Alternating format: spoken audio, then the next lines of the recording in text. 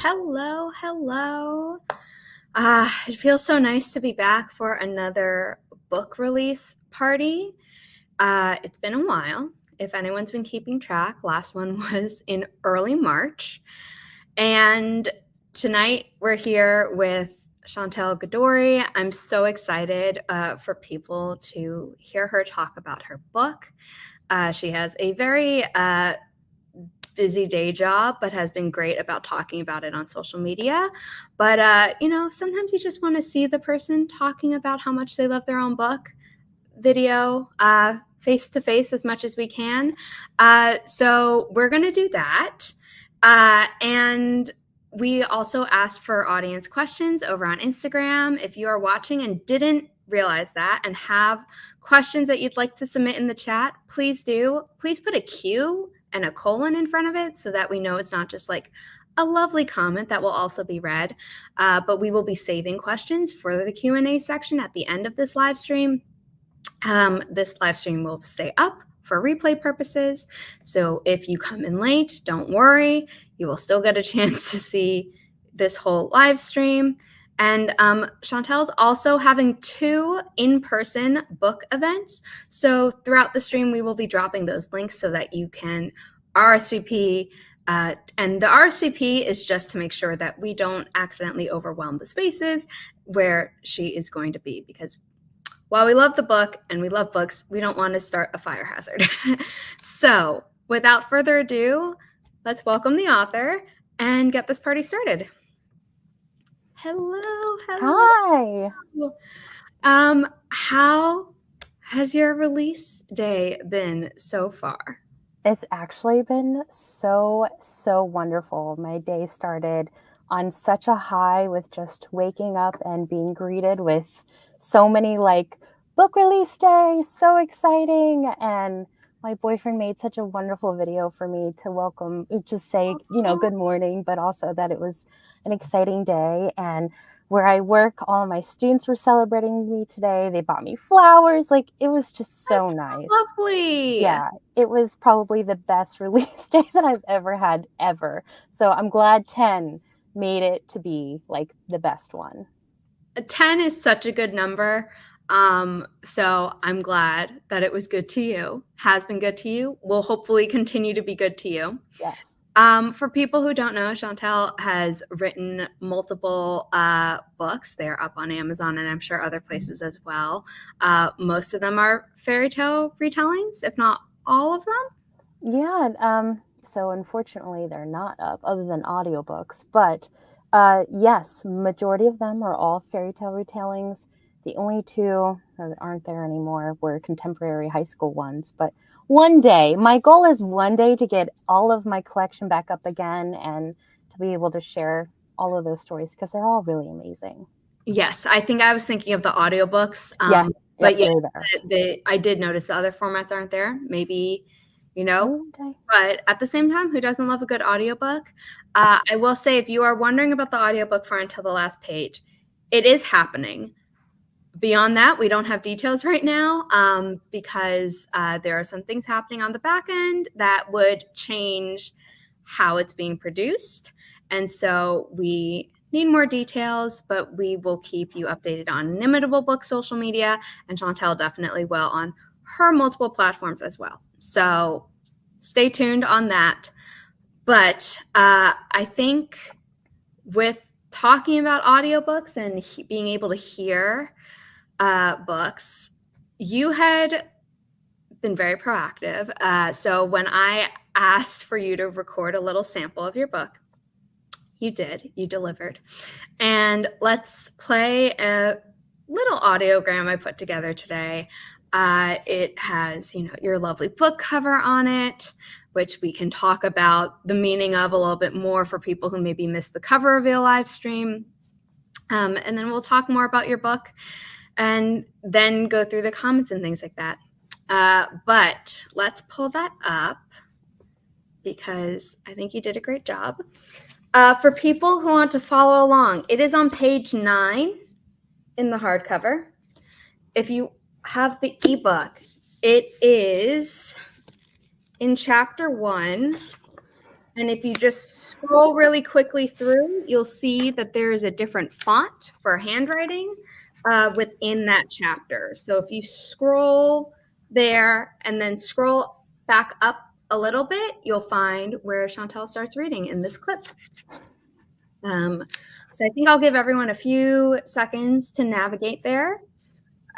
Just, so people aren't like, wait, I missed it. But then we'll have fun listening to some of the real world part of the book, because for your cover reveal live stream, I had you read, not too deep into the fantasy part because you don't want to give spoilers, but we jumped right in. Yeah, we did. This is jumping into, but just in a slightly different way. Mm-hmm. It is 7:07. 7 is a magic number. Let's start. This is Chantal Gadoury, reading an excerpt from Until the Last Page. The next displayed a wax pumpkin with tiny sculpted mice scurrying on the stem. A nearby overflowing bin contained nothing but footwear: men's dress shoes, sneakers, a pair of black flats, silver glitter high heels, and some pink high-top sneakers. There was also a pair of wooden shoes, just like the ones tourists returned with from Holland, sitting on top. I wandered to another table, finding an assortment of vintage cards with green frogs wearing crowns. Soft pink hearts surrounded the two-dimensional amphibians. Lifting one, I read the message. To my love, Catherine, may you always remember how much I truly love you, dearest. ML. I felt a little foolish for the twinge of jealousy that filled me. It was even sillier that seeing this made me want to text Nico and ask him the million questions I hadn't been brave enough to ask before I left. Quickly putting it down, I turned away, hoping to find something else to focus on for a distraction from my aching heart. From the corner of my eye, I noticed stacks of books on a long table. There weren't many shoppers there, and I felt strangely drawn to the tomes. It was like they were on one side of a magnet, and I was on the other. After lowering the 2 margarita glasses onto the first empty spot near me, I started browsing the eclectic array of titles. Sense and Nonsense in Psychology, Witchcraft, Magic, and Alchemy, Interaction of Matter and Energy. I recognized none of them, so I moved on to the next group, which appeared to be primarily children's books. There were dozens of them stacked on top of each other. The cover of the forefront book had a familiar character posing happily next to the 3 words, The Magic Book. "What type of book are you looking for?" a gentle voice asked beside me.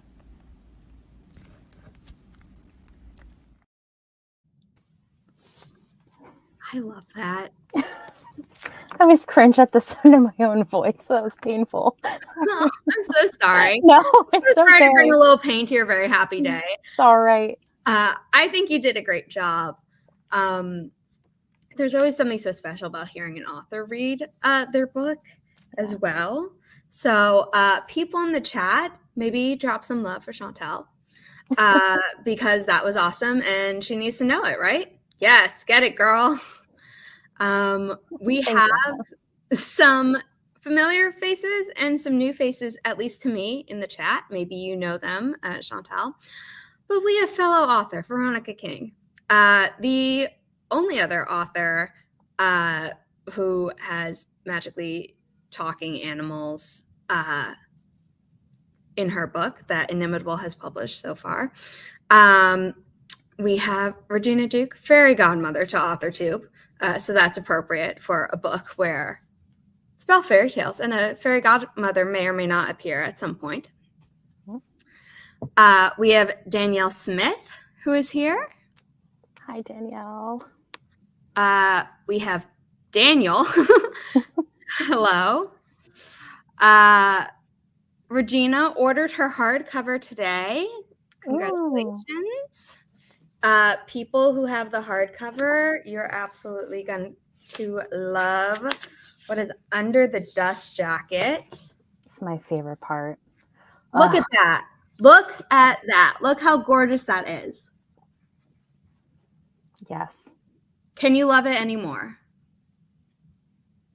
Inside, yes, you can actually love that book even more. Like that you know what? That is true. That was a dumb question, but the art is gorgeous. The same artist who did this. Yeah. Did the map, which is at the front. Just cracked the spine by accident. And the back of the book. And also did the lovely special chapter pages, which do not appear in the first chapter or even the second chapter. Yeah. And you will realize why it starts appearing in the book. There is a reason to the madness, but definitely the art in this book is amazing and a great way to like just add to Chantal's magical words.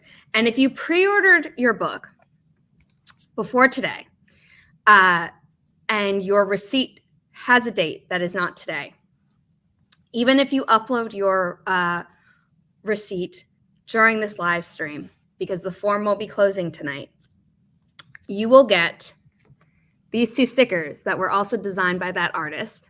Mm-hmm. And so far, our form only has people in the US, which is, lovely. But because these are stickers, and stickers are not too expensive to mail internationally, if you are an international reader, you are welcome to fill out that form and get these stickers. So get cracking. It is on our website. You go to the book page, you scroll down a little bit past the buy buttons, and you just fill out the form. It's like 3 steps. Very quick, painless. It'll be awesome. Yep. Durston is here, I assume. Said hello. Exciting. Regina says your voice matches the flavor of the story really well. I agree. That's very kind of you. Thank you. Love the brief reading. You have a lovely voice. I told you, Chantal. Thank you. Great reading. And then we have Jessica who said hello. Regina's loving all the art because who wouldn't? Yeah, it's my favorite thing. It's just my favorite thing. I've been so spoiled by that artist. Even today, they uploaded this beautiful fan art. I saw that. That was how I also woke up this morning, with this beautiful fan art in our chat that I have with them. And I was like, oh my God, look, it's them.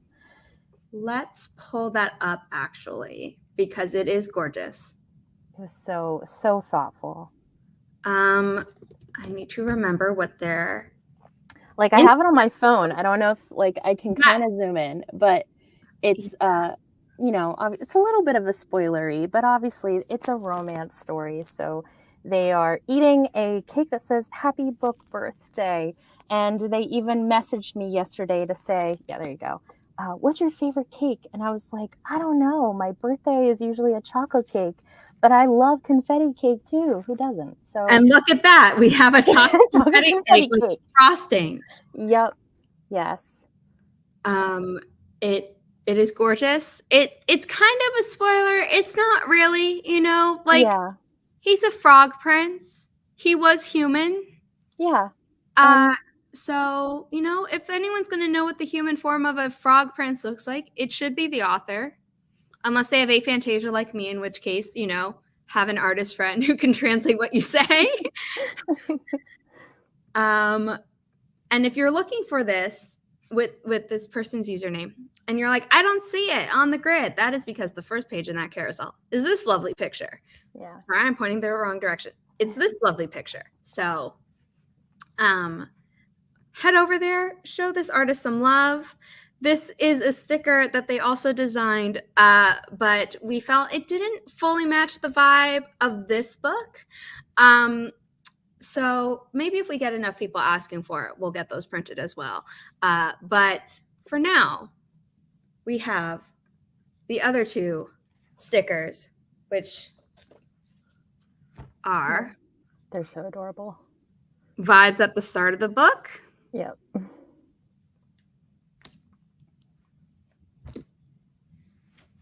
And the vibes by the end. Yeah. So cute. Yeah. Also, they kind of make a heart shape. So I love that. They kind of do, yeah. But this one just cracks me up. I think the expression is amazing. Honestly, when I first showed my mom these stickers, she was like, that is so perfect. And that is exactly how I imagined them when I was writing the story. They just totally did not like each other. And it took a long time to even getting them to talk kindly to one another in my hand and on the page. But I like that. I feel like I don't read enough slow burns in. It is fantasy, but it's also like contemporary at certain parts. I feel like a lot of slow burn that I've read recently has been like mandatory because they've been in like historical romances where they can't, just go all in from the start. Right. So I really appreciated that. I love that. It felt kind of cozy. A lot of reviews have said that it's a comfort read, which is why I'm wearing a comfy sweater. I'm wearing my Taylor Swift Long Live sweater. There's not a dragon that our characters fight in this book. However, dragons, fairy tales kind of go together. Yeah. So felt it was appropriate. But despite it being cozy, I also put some lipstick on because, as we know, there is a ball. You can't have a fairy tale without some type of ball. Exactly. So there's that. Danielle said, I'm excited to pick up my copy when we go to one of your events in a couple of weeks, which is a perfect reminder for me to drop Chantal's author page on our website, because both the events are listed there, as well as Chantal's lovely bio, and a contact form if you'd like to reach out to her to say how much you love the book. And you might want to stay tuned on that page as well, because maybe, just maybe, there might be another book from Chantal in the future coming from Inimitable. Just, keep that in mind. But let's pull up Chantal's page. If I could type correctly through all my excitement. So, events can be found here. It's a little widget towards the right side of the page. If you're on mobile, I believe you just keep scrolling down until you find it. There too. Again, admission is free. The only reason we are asking you to RSVP is so that the bookstores know, and also that maybe we can update the bookstores and be like, hey, a lot of people are coming to this thing. Make sure you have enough books. Yeah. But I believe it is totally fine to bring your copy if you already got it in the mail. You're not required to buy a copy at the event, although we would love to sell more copies because that makes the company do well. It makes Chantal do well.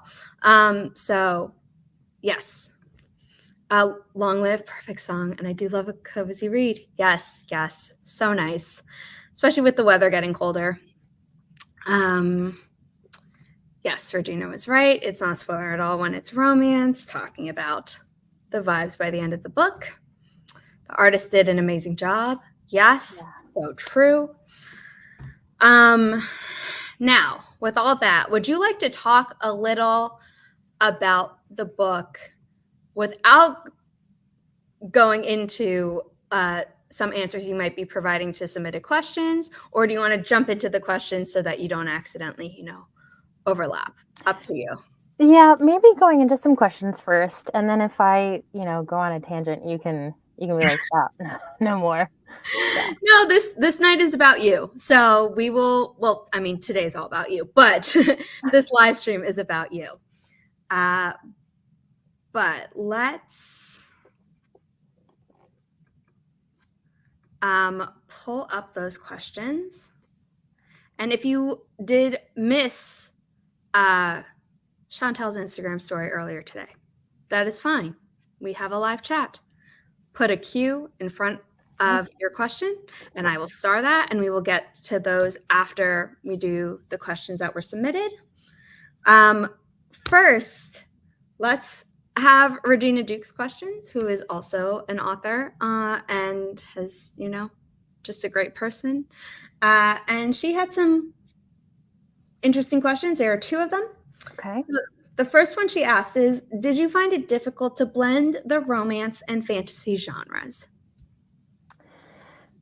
No, I guess no. I've always loved fairy tales. I've always loved fantasy, and I've always loved romance. So they all sort of come naturally for me. I've never really known a separation of fairy tale and romance. They've always gone hand in hand for me. Obviously, romance has other branches, contemporary, dark fantasy, all of those things, which I enjoy those too. But for writing, no, it comes it's just natural. They are one and the same to me, especially just for my own stories and my own writing. I think one could also probably say that Joe at the start of the book maybe is starting to relegate the idea of romance to only existing in fantasy. Yeah. One review talked about how this book kind of proves that you can fall in love again. So that's there. Not spoilery at all. That is very early in the book. And that was actually something that I wanted to do when I was writing this book, was to sort of entertain that idea of you can have some really hard things happen to you, and you can perhaps find love in all different facets. It doesn't have to just be romantic love. It can be learning to love yourself again. It could be learning to love the friends that are around you or the people that are in your life. So I loved that when that review said that. I'm like, yes, you got it. You got the point. Yes, I actually believe it was one of the blurbs from the authors who are printed on the dust jacket, but is not a section that was printed on the dust jacket. So Chantal has been posting bits of those blurbs on social media. We will continue that trend going forward. But yeah, a lot of people picked up on the comfort read, on just falling in love with the fairy tales again, but also falling in love. So I love that. Speaking of fairy tales, falling in love with them again, loving them from a young age, I did as well. Regina asks, were there any constraints imposed by retelling a fairy tale? Now, you've done it before. This is not your first time tackling it. It might be your first time tackling multiple within a single book, if I'm correct. Yes. So can you talk about, the constraints of maybe adapting any fairy tale, but then also like maybe new challenges you had with doing multiple? Yeah. Well, there definitely were challenges in bringing in multiple. One, just trying to figure out how to piece them together and how it would make sense and flow, while also making sure that they felt like different worlds. And I am pretty happy with how the flow has turned out to be, and how they kind of sort of go through different stories. I think the biggest constraint was making sure that the stories still felt fresh and new, and especially for Jo, who is the female main character. While she's going through them, I didn't want them to feel like, okay, so when they are in the very first fairy tale, which is exactly where she actually finds us frog prince, they are in Hansel and Gretel. And I wanted to tackle how the heck that house was actually standing. I can still remember while I was vacationing in Myrtle Beach with my mom and my grandparents, I said out loud, what do you think would actually make a gingerbread house stand up and stay put in the rain? And like, I was sort of perhaps taking it a little bit too literal. But then I wanted to figure out how I could still make it scary, but new, but funny. And I probably watched a little too much of The Little Mermaid, because That scene is very reminiscent to Sebastian and Chef Louis and chasing a frog around with a knife. And That. but I think it was really just trying to make the stories my own while also very much honoring the actual literal Grimm brothers fairy tale and making sure they felt similar and the same, but also different. Yes. So for people who don't know, I loved fairy tales. I loved it as a kid, and then I went through a particularly strong fairy tale kick when Once Upon a Time was out. Loved the movie Enchanted, but also I shoehorned my love of fairy tales into a high school final paper where I wrote about the importance of fairy tales in society for a history paper. Wow. And I read a ton of books, which I can maybe release a blog post about, the theories of fairy tales and interpretations and things like that.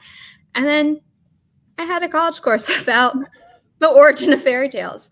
Wow. We talked about folk tales as well and other things, but it was just a very cool thing. And every reviewer who has said that, it goes back to the fairy tales we know and love, but maybe in a new way. But also, if you're only familiar with one version of the story, it brings in older elements while also new elements of versions that you might not know about.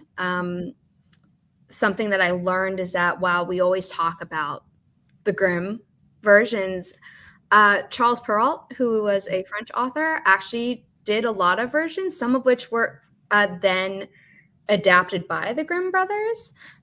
So, there are lots of versions of fairy tales out there, but honestly, these versions are now my favorite because there's a character from the real world who is interacting with it like I always wanted to.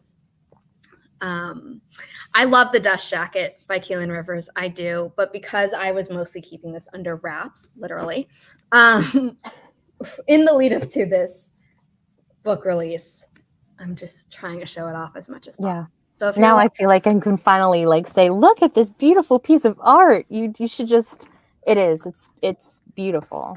Yes. Beautiful. So people are looking at this and they're like, wait, is that like a special edition copy? That's not the book cover that's online? No, it's under every hardcover. So that's one reason to get the hardcover. Another reason is that Chantal wrote a whole extra chapter. Oh, I did. I did. I forgot about that. Yes, I did. And without giving too much away, it's called A Hairy Situation. Leave it at that for now. Yeah, it's a pretty clever title. Yes, it is. I loved it so much. I had no notes.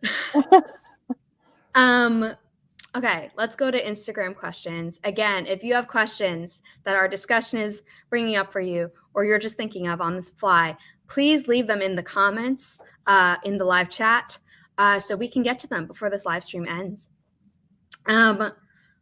Rebecca Schnell asked, where and how do I buy a copy so you get the most money back? So Chantal's worked in traditional publishing. We are a traditional publishing company. We are slightly different than a lot of traditional publishing companies. So, but there are also some things that are the same. So authors get royalties. Most publishing companies pay in advance. That the book needs to earn out, meaning whatever I paid Chantal, we need to earn that back before any money beyond that, we then do the percentages and pay Chantal what she is owed. Inimitable didn't pay advances because we were starting out. We were very small. We were unknown.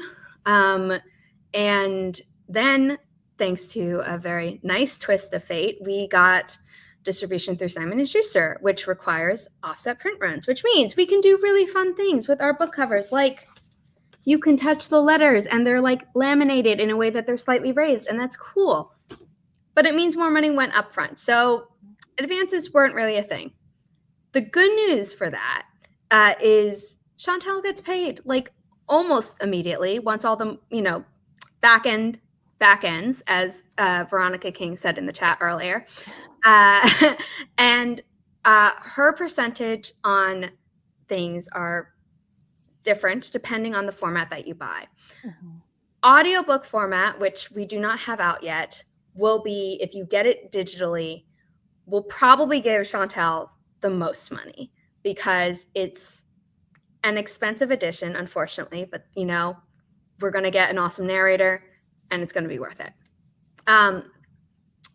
So it's a high price point, but a high percentage.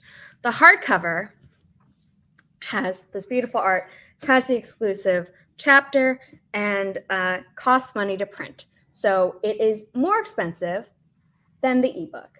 Chantal gets a percentage of that, of this every sale, which means, that's also a great way to pay Chantal. But the ebook is the cheapest, but also has the same high percentage that the audiobook does. So there are pros and cons to every format. The audiobook, news to come, but do not hold your breath on that because back end needs to back end, as we said at the start of the live stream. So that question is a great one, but no matter what you do, you'll be supporting Chantal. Now, if you really want to support Chantal, get it in multiple editions or multiple formats is the more accurate term. And also get it for friends. More copies sold, more money to the author. Would Chantal be narrating the audiobook? That is a conversation we need to have. For my sanity, we would probably need someone to edit those files before they even come to me for me to listen to. And if Chantal is not comfortable with having to listen to herself a million times to then edit, then we would have, an expense to talk about. So Yeah. Unless she says no right now, it's not off the table. No. I mean, I've been told lots of times, actually, to be honest with you, like, oh, you have a voice for narrating. And there was a time in my life where I was like, oh, I could do that. I'm not entirely sure I could edit very well, but it's certainly not off the table. If it's a discussion, we can certainly talk about it. But as an author, it is super exciting to have someone else read your story and bring it to life in a way that like I can't. And I know what that is like from previous experiences and how amazing that is just for me to hear someone else read my story and to bring it to life. So it's not off the table for me, but there is a joy in when I get to hear someone else read from, just read my story to me. And I'm like, oh my God, I wrote this. This is mine. Like there's just something really magical for like as an author experiencing that. Yes. So bonus question answered. Fellow Inimitable Books author Samantha Tronfeld asked multiple questions. We're going to mix these up because there are more than just two that, it was easy to do Regina's 1, 2. Yeah. But the first question is a fun one. Do you have a color associated with each character? And if so, what are they? Now, when I say each character, we're gonna limit this because, like we said, we went through multiple fairy tales. That's a lot of characters. One of those fairy tales may or may not have lots of people in it. Yeah, and going through all of them would be a little bit difficult, especially because they are not the names that everyone necessarily knows these characters for. So maybe stick to the person who sells the book to Joe. Okay. Joe Anurin. Okay. Which I still think I'm mispronouncing his name. I do apologize. And if you want, you can also throw in Joe's parents. Oh, okay. All right. And Nico, if you're feeling generous. But and if you want to give him puce green as a color, that is fair game as well. He gets like a gray blue color, Nico. So Nico is essentially Joe's ex. That's who Nico is. That's why he gets like a dullish-ish color. I mean, I love gray blue, but like the dull gray blue. The woman who sells or gives the book to Joe. I guess you're right. It is a gift. My bad. It is a gift. It's okay. I guess I would associate her with almost like a sparkly, like white, like a cream sparkle kind of color. we're making up colors. Joe, I think Joe gets teal. Teal is my favorite color, and Joe is my favorite person, and there's so many similarities between me and her, so teal. And you were so excited when, I was. our cover designer, I think without prompting, gave us this as a color scheme option. Yeah, yep. And I was like, I love teal. I love teal. You're speaking my language. And for Anurin, I think it's just kind of silly to kind of give him the color green since he was a frog. So like a nice winter green, like a Christmas tree kind of green. And for Joe's parents, I think her mom is like a soft yellow, and her dad, he's like a rich brown. He's like that warm, cozy brown. We got yellow on the cover. Yeah, we got yellow. I'm not sure if it's quite the warm that you are imagining in your head, but we do have yellow on the cover. Yeah. Both covers. Both colors, yes. Yep. Because there's also kind of brown in this one as well. So look at that. We've got them all. Look at that. Okay, let's see. Inimitable author Natalie Locke asked, which of the characters in your book could you be best friends with and why? If you want to talk about one of the characters from that multi-populated fairy tale, you are more than welcome to. Okay. I was actually going to use one of them because I feel like if I say, oh, Joe would be my best friend, it's just kind of a given. Or maybe it's not a given, but I don't think it's a given. I think that's a valid answer, but given you were thinking of this other person, I think I might have a guess. So Arch is one of the male characters who appear in what will be a very familiar fairy tale to all of you. It does involve a runaway princess who lives in the woods, not in a cottage, but in a treehouse in my version, with a couple of... Cooler. It's so much cooler. With a couple of guys. Maybe more than a couple. More than a couple. And they have a really cool life in the woods together. And I loved being in that world. I didn't want to leave that world. I remember actually being very sad when I left that world. But Arch is the main guy of the club. And there was something about Arch that I really had a hard time letting go of. And I'd love to just sit down with him and talk and pick his brain about life and wisdom. And I feel like he would just have all of these things to tell me and I would absorb like a sponge. So I hope that maybe perhaps one day I can revisit that world and revisit Arch again and have a really good internal conversation with myself disguised as Arch. So I think he would be my answer as well if we're not going with one of the main characters. There is a good conversation that happens between a main character and Arch that you just describing that you wish you could have like a conversation like that as well. I'm like, yeah, that was a good scene. Author Holly Davis from Inimitable Books asks, are you a plotter, pantser, or plantser? Well, for this book, I started off with the intention of being a plotter, and then I just pantsed my way through the rest of the darn thing. Like I had an idea of like how to get to from the beginning to the end, but everything in between, I just kind of went with whatever Joe and Anurin were telling me to do or not telling me to do. That it did get to a point where I was literally going, you guys have to get along and we have to get to the next story. Like, so I'm definitely more of a pantser. I kind of go by the fly of the seat of my pants when it comes to writing. I feel a little bit more constricted when I have everything plotted out. I have done that before, and it made one particular story very easy to write, but And I just kind of let the characters talk to me. I love that. Now, all those authors who I just asked questions from submitted multiple. Veronica King, who was in chat, blew them out of the water, submitted 6. Now,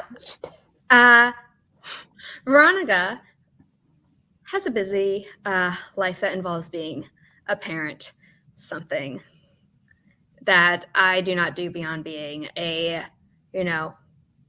older sister to my dog when my mom's around, and then being the stand-in when my mom is not around.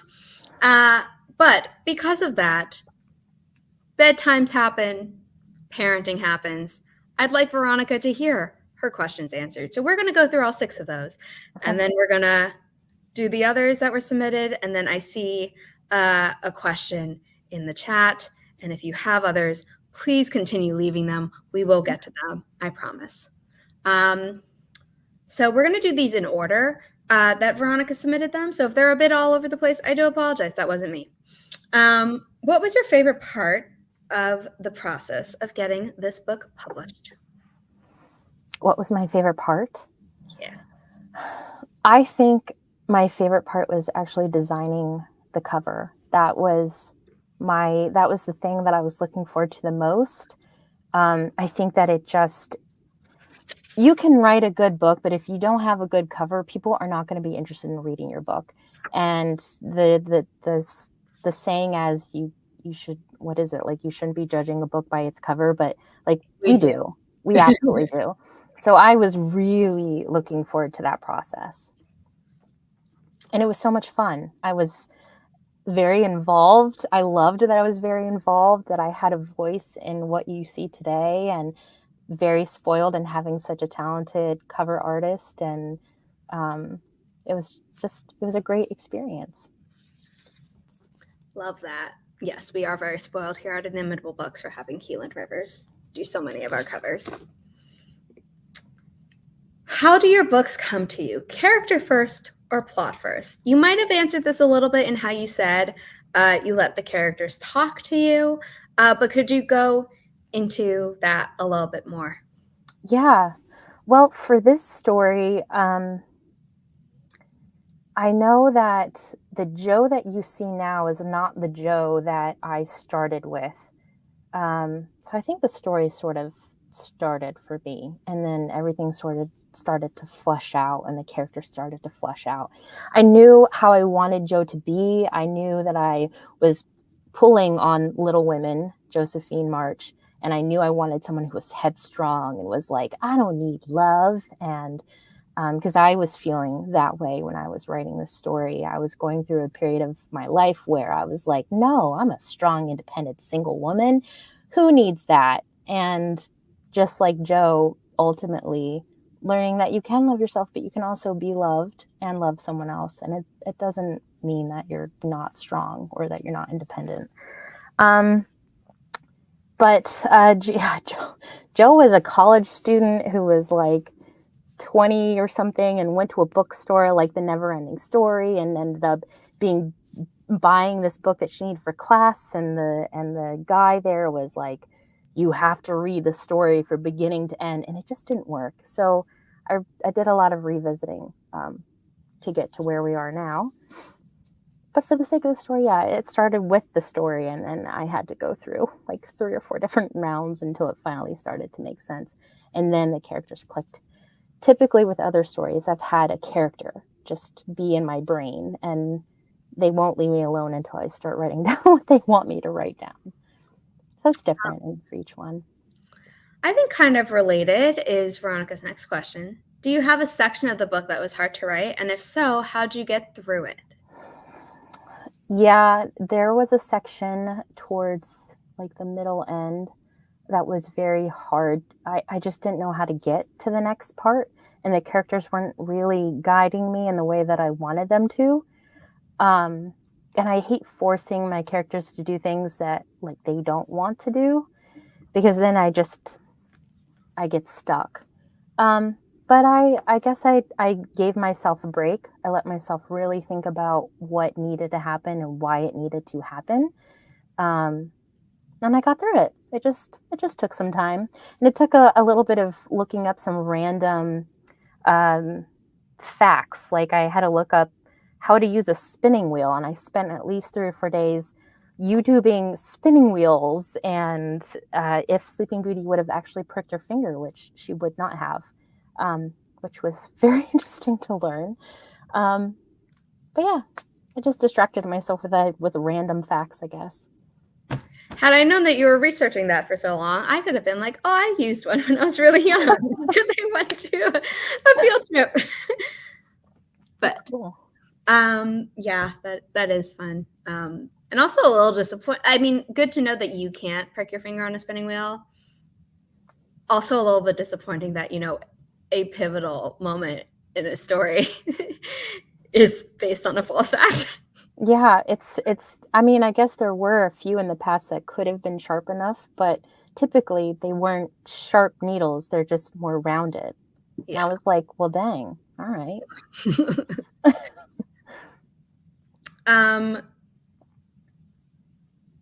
Okay, sorry. This was, a continuation where it was like, was it a scene, a chapter, or dialogue that caused the block?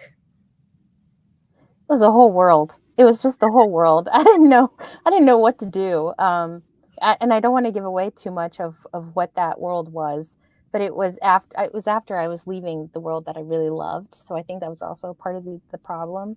But when you're stuck in a room that you're locked away in, I was kind of like, oh no, what am I going to do with these two? They already, like, they're starting to sort of get along, but who knows what could happen if someone says something wrong. So I had to figure out what to do next.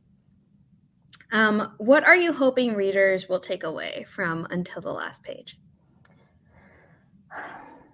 I hope that they take away or remember the joy that fairy tales can bring to you, and that it doesn't mean that you're being a little kid by revisiting something that you enjoyed. I hope it just brings them something comfortable. Like, it's perfect for the fall and winter weather where you're inside and you're trying to be cozy. I hope that it just brings some nostalgia and comfort back to you, because that's really what this is for. It's just to, yeah, exactly. It is the ultimate comfort read. That's what I want authors for readers to feel. It's just a comfortable read. Get your cozy socks, some hot chocolate. Yes. Last question from Veronica, and then I see some questions from the chats. Maybe we'll jump over there before we go back to the other Instagram ones. What would you say is Jo's Myers-Briggs personality type? Oh gosh. And if you're going to ask me to explain what they are, I'm going to have to Google. So give me a second. No, I'm like, I don't know. I didn't actually do that for any of my characters.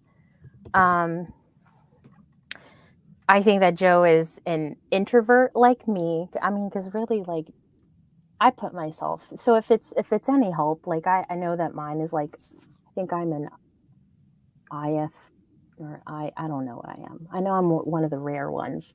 An introvert, someone who, I'm trying to think of exactly what I've read it to be before. Someone enjoys authenticity, gets annoyed when things aren't genuine. Okay, so it sounds like she's an introvert. Sounds like she's intuitive. Intuitive, yes. I think the next one was judgmental, because I know mine has a J in it. Yeah, so that's the last one. The one before that is T or F. Like, do they think more? Do they feel more? Feel more. Yeah, that's Jo. Okay, so she is judgmental. So we are going with ISFJ. Sure. Yeah.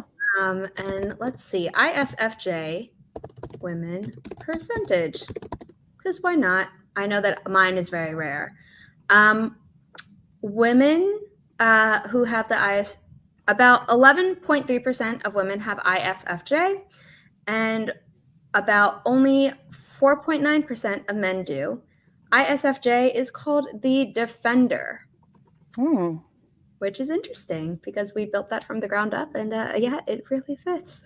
Yeah, I am an INFJ. That's what I am. Yep.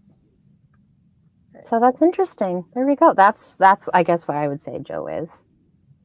But beyond that, I'm so sorry. I said I read the percentage for ISFJ. You are right. We did INFJ for Joe, and that is 1.6%. So she is rare. You're right. She is very rare. She's a rare gem right there. Yeah. She is. I don't know about the Frog Prince. He's just an arrogant guy who has a lot of growing up to do. I think he does maybe some in the book to give him credit. Yeah. Trial by almost fire because, you know, a certain oven in a certain house made of a certain building material certainly had live fire in it.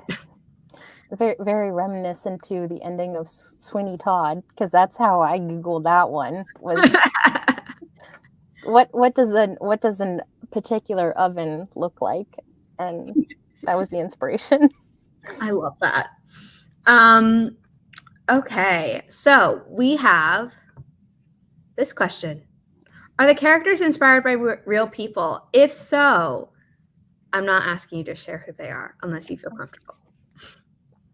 Well, Joe is definitely inspired by me. I put a lot of myself and a lot of my real life experiences with Joe.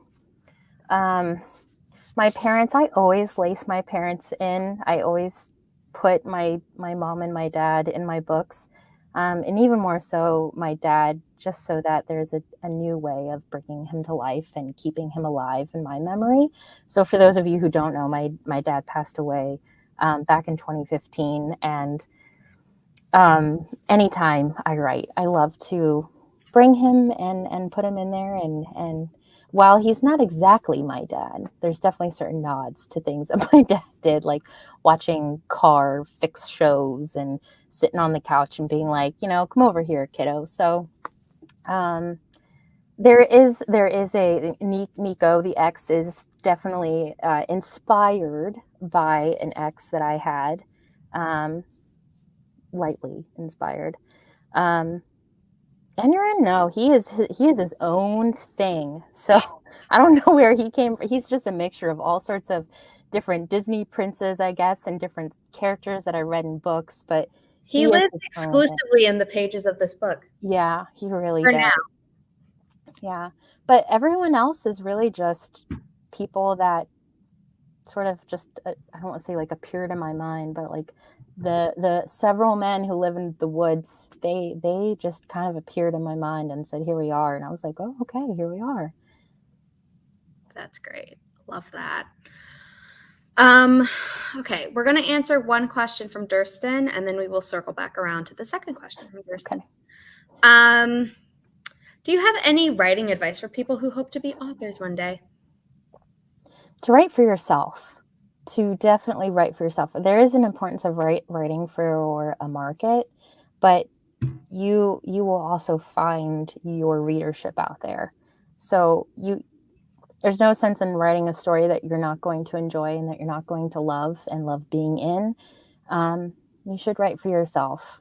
And while I cannot say like you should be writing every day, because I can't even follow that piece of advice, I'm sure that there is some validity to that, and I'm sure some other Inimitable book authors would attest to that sentiment. But just have fun. Write for yourself and have fun with it.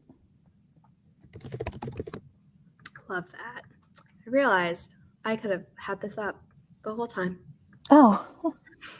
Like I said, it's been a while since we've done a release day live stream, but keep asking questions. Okay, let's circle back to some questions. Samantha asked, what inspired your bonus content? Well, it was actually a story that I didn't get to actually add to the book originally. It was a fairy tale that I was going to include, and then it sort of felt like, I don't know why they're going there, so let's not go there. So when we talked about having a bonus chapter in the hardback, I was like, okay, this is the time to sort of revisit this.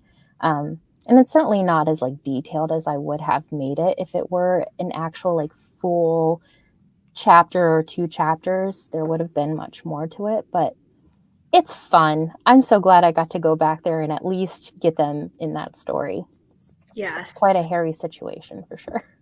Yes. And I was going to mix up the next question, not be from Samantha, but kind of leads right into it. What is a fairy tale you didn't include but wish you had? Well, should I say that one or should I like pick a different one? I would say, because you did have a reason to not include it in the main story, maybe pick a different one.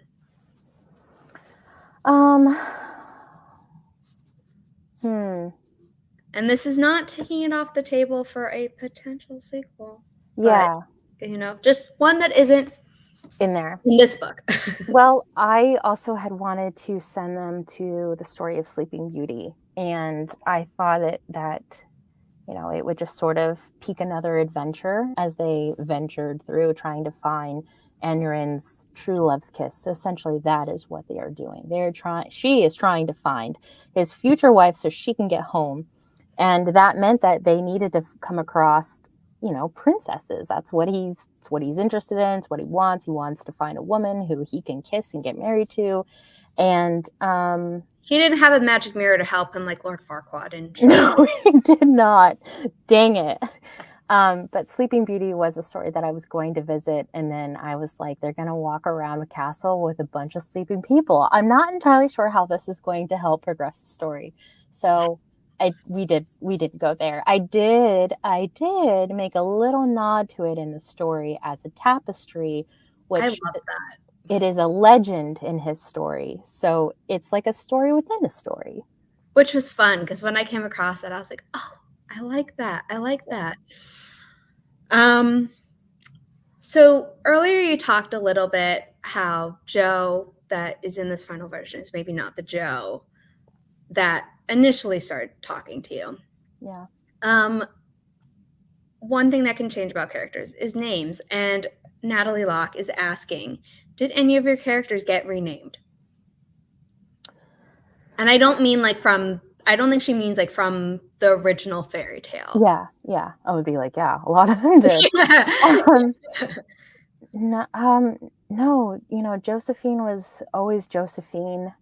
I just loved that name. I was very determined to make her Josephine, especially because it's a nod to a piece of a character that's a famous piece of literature. I thought like, oh, it's so ironic, you know? Aneurin was by accident. That was my like fill-in name that I was just using for the time being until I came across another name that I liked. And because I started writing with it so much that it just was like, oh yeah, I guess this is the name. And I found that name based off the actor, Ariane Barnard. He's in one of my favorite historical miniseries called The White Princess. He played Richard III. And when I saw him, I was like, I'm going to write about him one day. And that essentially is my prince in this story. So it felt very silly to rename him when that just became the natural name. But he also has a list of other names that which Joe thinks is a ridiculously long list. Kind of agree, but as someone who also has a long list of names, even though I don't make those all public, you know, that can be a lot. The other day, my mother and I were listening to Rodgers and Hammerstein's Cinderella, The Princess Giving a Ball. I love The Princess Giving a Ball. And when it was playing, she's like, is that why you gave him so many names? And I was like, yes. That's why I thought as well. Yes. So for people who don't know, I did eventually go back and watch the Julie Andrews version because Julie Andrews is a queen. But the version I grew up with was Brandy Cinderella. So I can still hear James Alexander singing that song in his voice. I don't know why he has like an Italian accent almost in that song exclusively and some other weird accent in the rest of the movie. But you know what? It was a very campy film and I still love it. It's wonderful. And it starred Whitney Houston and Brandy and it was produced by Whitney Houston. So really, can you go wrong? The answer is no. No. But yes, that is a fun list of names to hear. And his mom, who was played by Whoopi Gold, the prince's mom in that movie, who was played by Whoopi Goldberg, also has a long list of names herself. So yeah, they all do. The whole family did. They all had a long list of names. yes. Let's see. You talked about, whether or not things were based on real people. And Natalie's next question is, were things inspired with similarities or purely coincidental by any real life events? You mentioned, an ex, maybe lightly inspiring the ex in this one. The dad in this book, doing some similar things that your dad did. Is there another example that you didn't give that you would like to?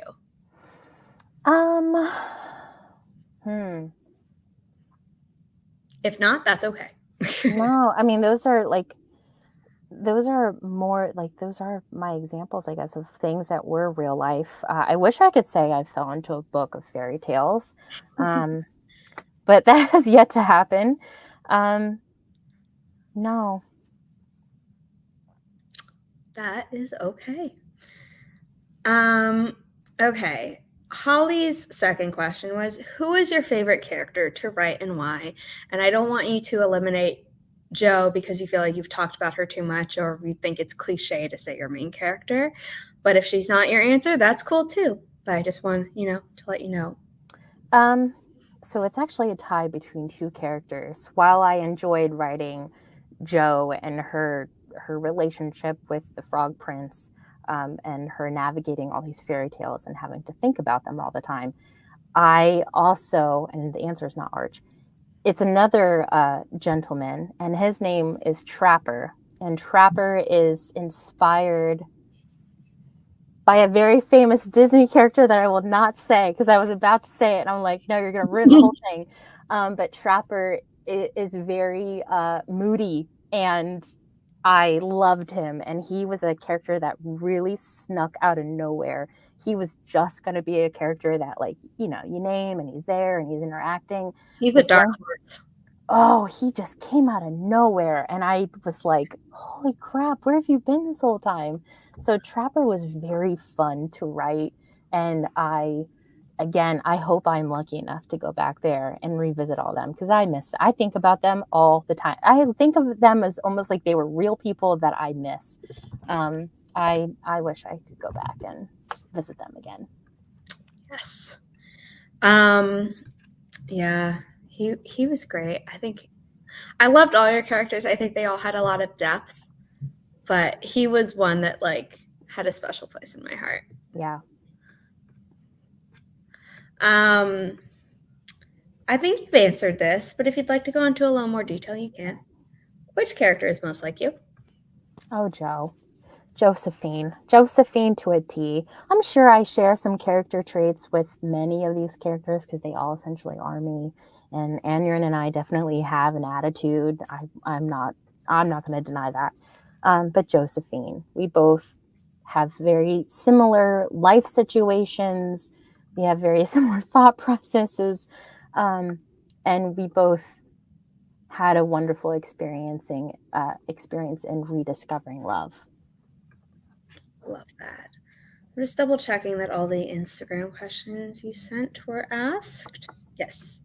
Okay, so I see a really good one. I see two good ones. They are both about fairy tales and influences and things like that. So anyone in the chat, if you have more questions, whether they're related to real fairy tales, the book, writing, etc., please go ahead.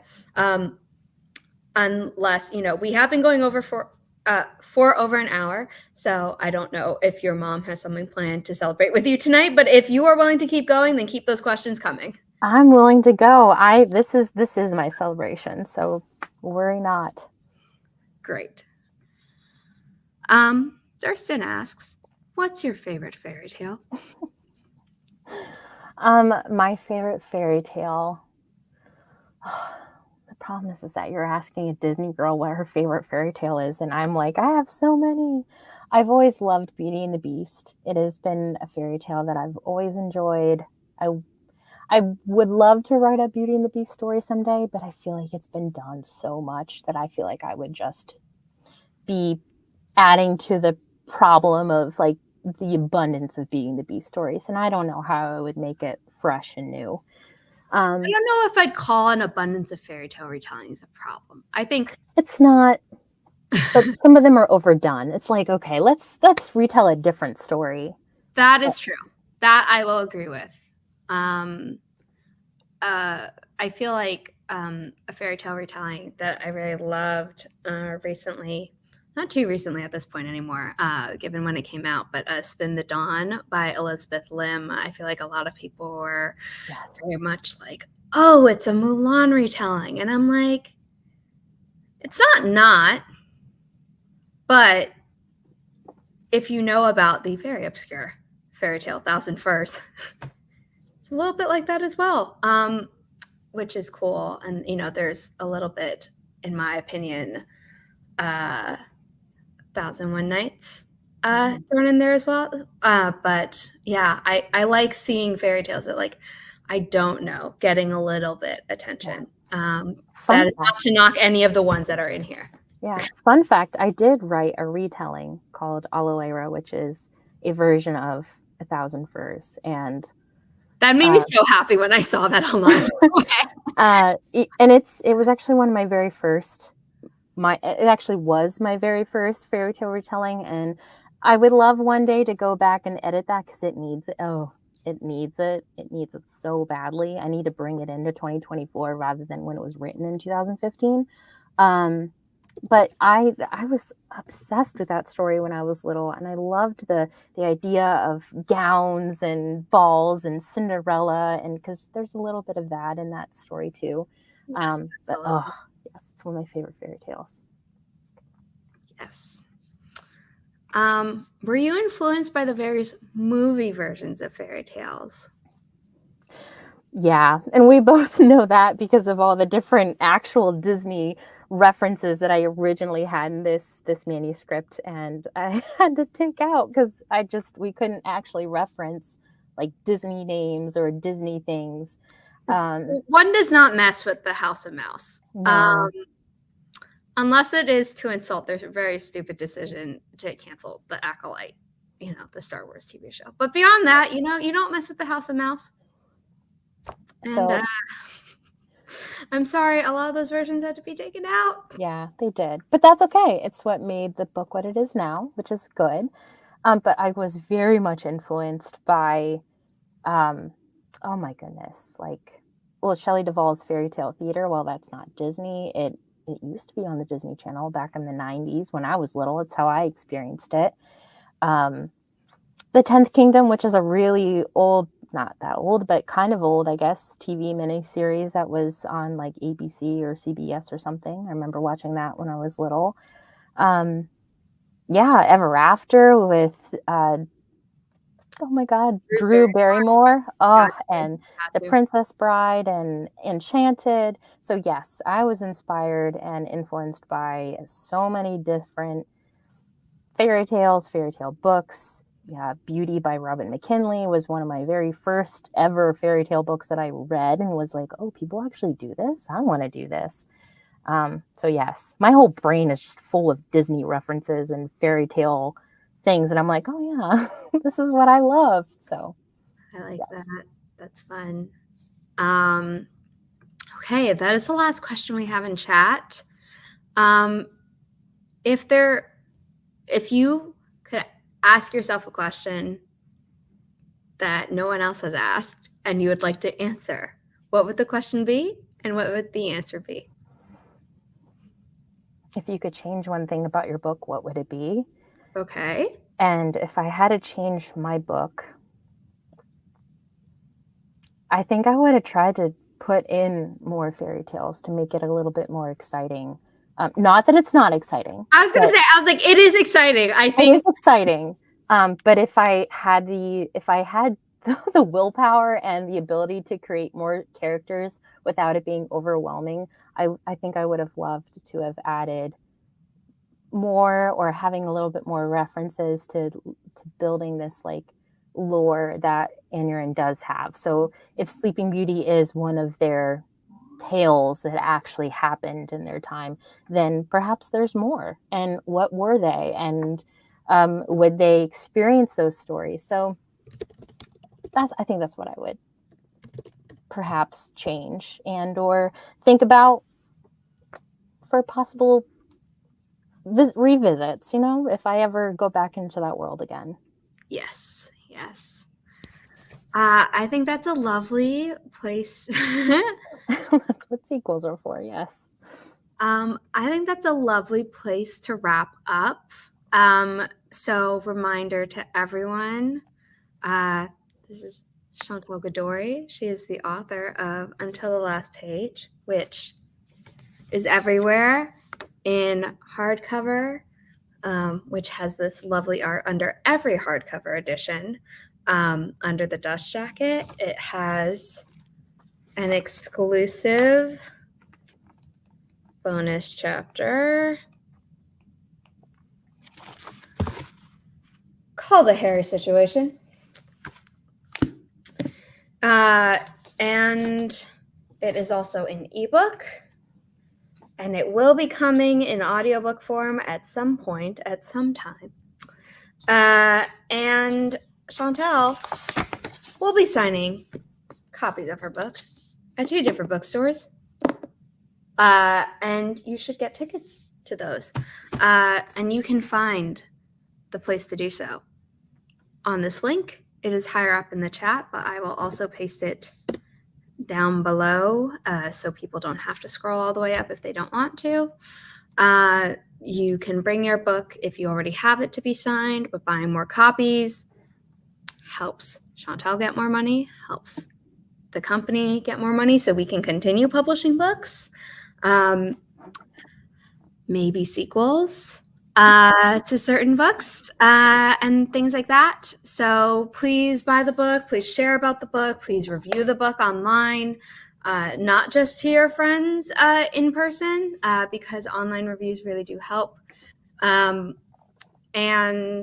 yeah, I think if you pre-ordered the book, this is going to be the last call until, a little less than 4 hours to go to our website up here, click on the book cover to go to the book page and scroll down to upload your pre-order receipt. So your pre-order receipt needs to be dated before October 1st, 2024. If you are taking a screenshot, that screenshot can be dated for today, but whatever's in the photo or the PDF or whatever needs to have a date that's not today.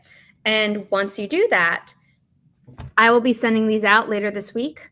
And it's very exciting because these stickers were designed by the same person who did the art under the dust jacket, the maps that are the end pages of the book, and the special chapter start pages for some of the chapters in the book. So if you open the first, that's not true, the prologue has it. If you open to chapter 1 and you're like, oh, it's just text, don't worry, that's not a mistake. Wow. So yes, please buy the book, please enjoy the book.